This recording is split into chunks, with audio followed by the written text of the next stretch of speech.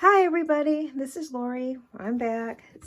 So like I said, I was gonna show you how to create signatures. So far I've gotten papers for 3 signatures, and I just went ahead and gathered them and collected them so you didn't have to watch me doing those particular things. But I'll go over these here briefly. So this paper here, it's a map. I think it's of New York. So we're using that, and then this is some printables. And here, this is a printable as well. And this is from a calendar, from a local calendar, from the area I live in. I got this at City Hall. So that's one place you can look for junk journals. This is 2020. I'm so happy that we're over that. And then here's another printable. But some of the things you can put in your junk journals is things like an envelope. Like this is an envelope from my credit union. So we'll be incorporating that. And then I also have another envelope, just getting regular junk mail. We'll be incorporating that as well. And here's some scrapbooking paper. We'll be using that in some way, shape, or form here. And then this book here, or pad of paper, I should say. Let's see, I got a sheet of that from here. And I think if I got another sheet in here or not from that. Yep, I do. Remember. And then from here. So this, I believe I got this at Joann's. I'm pretty sure. But anyway, you can get this anywhere. DCWV, I forget what that stands for. I've heard other crafters say. But anyway, if you can get your hands on one of these, I don't know if you can or not, I think it's really worth it, especially if you're doing junk journals, because it gives you a big variety of paper. So you've got some print text, my books, handwriting, like an old catalog, like old newspaper, just a collage of different handwritings, some more collages, some handwriting. It's like postcards. You can either use it as a sheet or cut them up and use them as ephemera. Same thing here. Some other tags and such.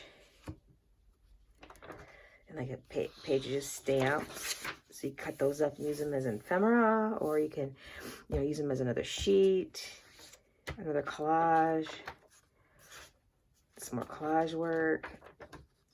And this is great for maps. It has a ton of different little maps in it that I've used in different pieces of work that I've done. I think I've used this one in something. And then different colored maps.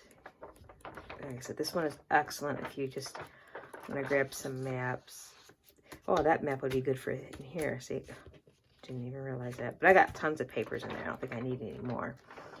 And then you got your ledger papers. Anyway, I use this quite often.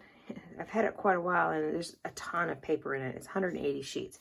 So this will last you quite a while. And then I thought I would use some of this.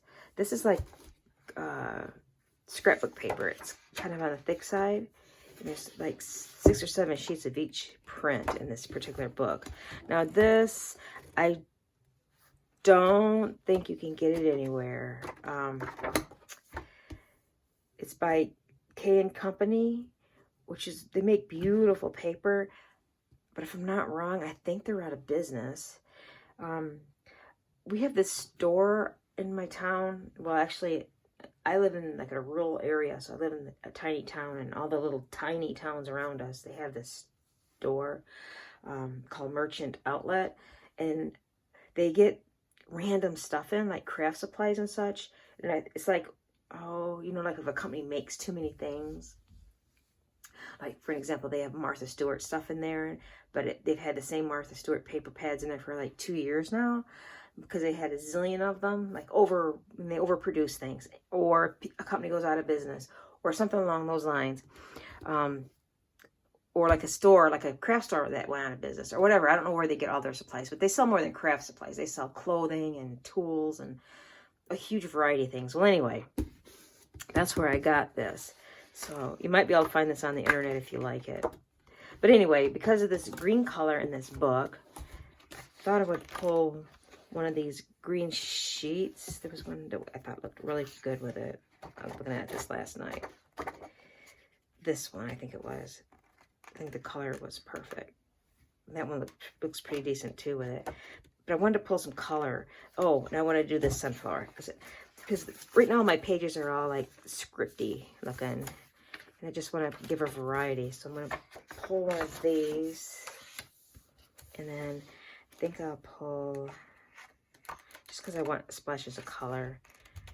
Maybe, I mean, this color goes pretty good. But I think I'm liking this because I think it was pulling a little bit more. It's pulling in some blue. Just to jazz it up a little here. Okay. Now, each of these sheets, oh my goodness. Forgot the exact measurements. We won't measure them again.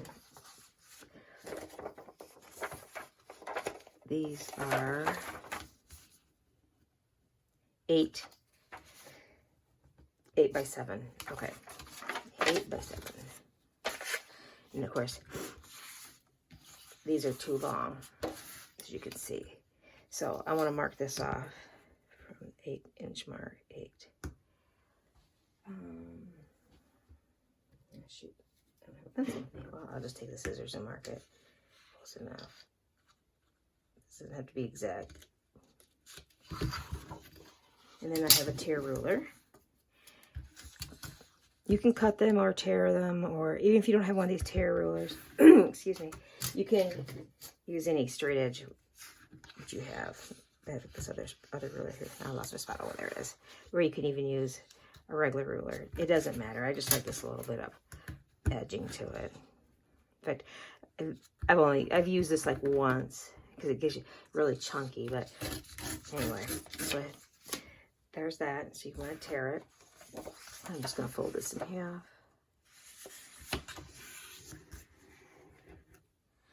And then it doesn't really matter which signature I put that in. I think that looks pretty good. Oh, yeah, snazzy there. All right, and then I got to measure this one.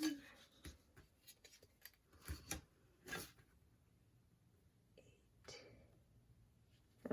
Okay.